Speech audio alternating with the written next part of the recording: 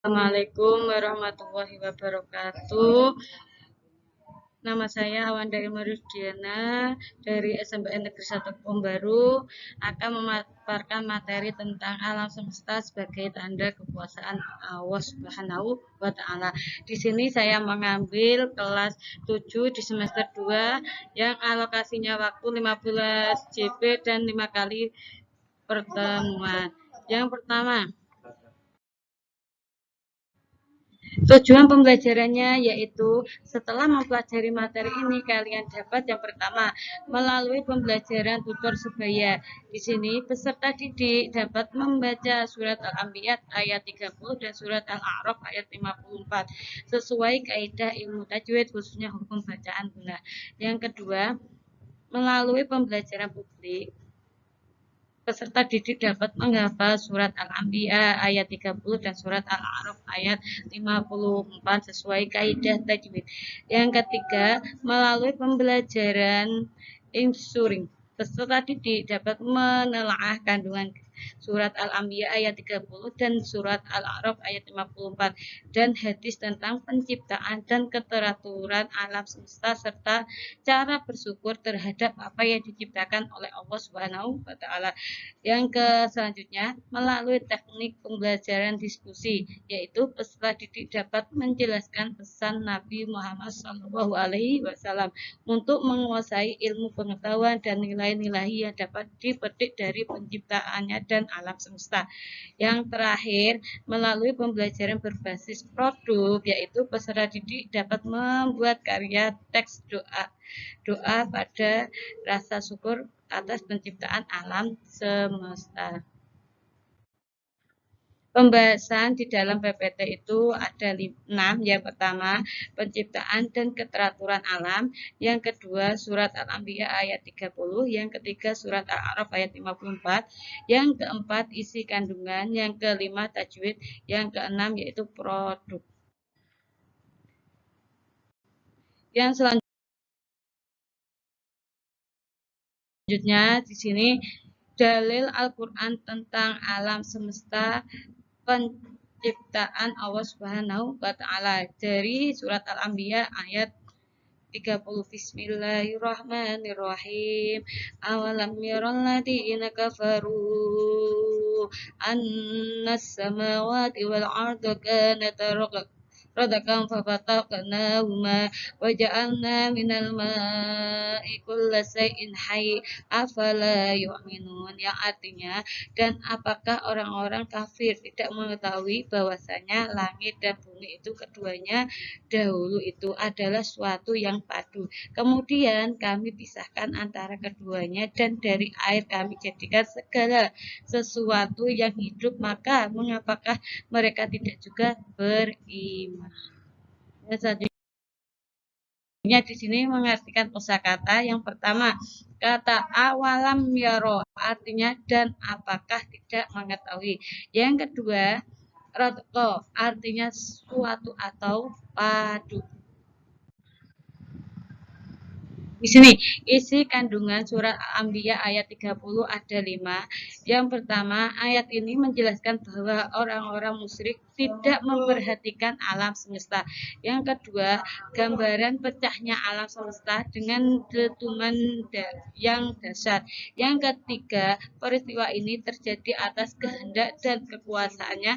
Yang keempat, teori Big Bang memiliki berkaitan dengan ayat. Yang kelima, pentingnya air bagi kehidupan.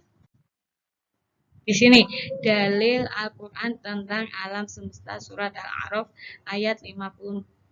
Bismillahirrahmanirrahim.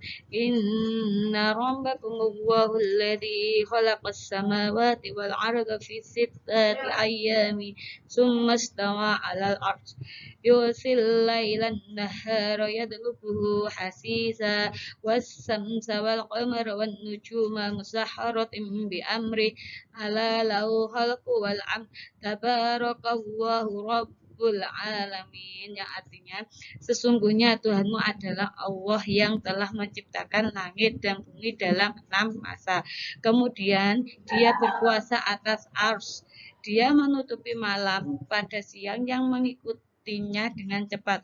Dia ciptakan matahari, bulan, dan bintang, tunduk pada perintahnya. Ingatlah, hanya miliknya lah segala pencipta dan urusan maha berlimpah anugerah Allah Tuhan Allah. Di sini sama dengan tadi surat yang pertama, surat yang kedua mengartikan kosakata. Yang saya contohkan yang pertama yaitu kata inna rabbakumullah, sesungguhnya Tuhan kamu ialah Allah. Yang kedua hasisa yang artinya dengan cepat.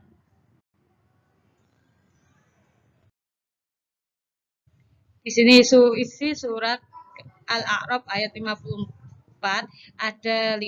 Yang pertama, Allah Subhanahu wa taala menciptakan langit dan bumi dalam 6 hari.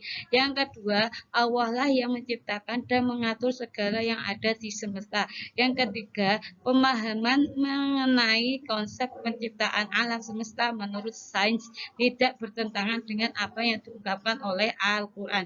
Yang keempat, para ilmuwan dan penelitian telah dapat menggambarkan permulaan alam semesta. Yang terakhir, tidak ada yang luput dari kekuasaan Allah Subhanahu wa taala. Di sini guna musaddah. Yang pertama, guna artinya dengung atau suara lembut yang keluar dari hidung. Musadda artinya bertasdid. Jadi, di sini kalau digabungkan, guna musadda adalah suara lembut yang keluar dari hidung apabila ada huruf non bertasdid dan mim bertasdid, membacanya dengan satu alif. Contoh di sini, lafal inna rabbahum bihim yauma idin lakhabir. Sebabnya nun bertajid dibaca apa? Dibaca guna. Yang kedua, la tarawun jahim. Sebab nun bertajid dibaca apa? Gunah. Dan selanjutnya. Di sini guna mendengung, hukum guna adalah wajib dibaca mendengung. Apabila ada nun dan mem mati serta wajib dibaca dengung. Apabila ada mem mati dan nun mati bertasjid disebut gunah musaddah. Yang terakhir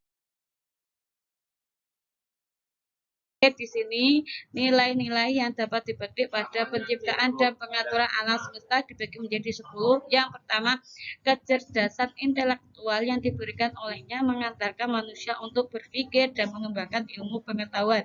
Yang kedua, aspek spiritual mengantarkan pada keyakinan kepada Allah Subhanahu wa taala. Yang ketiga, menguatkan keyakinan bahwa Al-Qur'an memiliki mukjizat dalam dasar-dasar teori sains tentang alam semesta. Yang keempat, keteraturan alam semesta menjadi pendorong agar kelebihan manusia harus teratur. Yang kelima, dorongan anak meningkatkan keimanan dan ketakwaan kepada Allah Subhanahu wa taala. Yang ketujuh, merawat dan menjaga lingkungan sebagai bagian tak terpisahkan dari ketakwaan. Dan yang terakhir yaitu mendorong manusia untuk bersyukur atas seluruh apa yang diciptakan olehnya. Yang kedelapan di sini mendorong manusia untuk cipta tanah air. Yang kesembilan, manusia mendorong untuk memecahkan permasalahan yang terjadi di lingkungan sekaligus menjadi keutamaan pada dirinya. Dan yang terakhir, keteraturan alam semesta mendorong manusia untuk mengelola lingkungan dengan berkelanjutan. Sekian dan terima kasih. Kurang lebihnya saya mohon maaf. Assalamualaikum warahmatullahi wabarakatuh.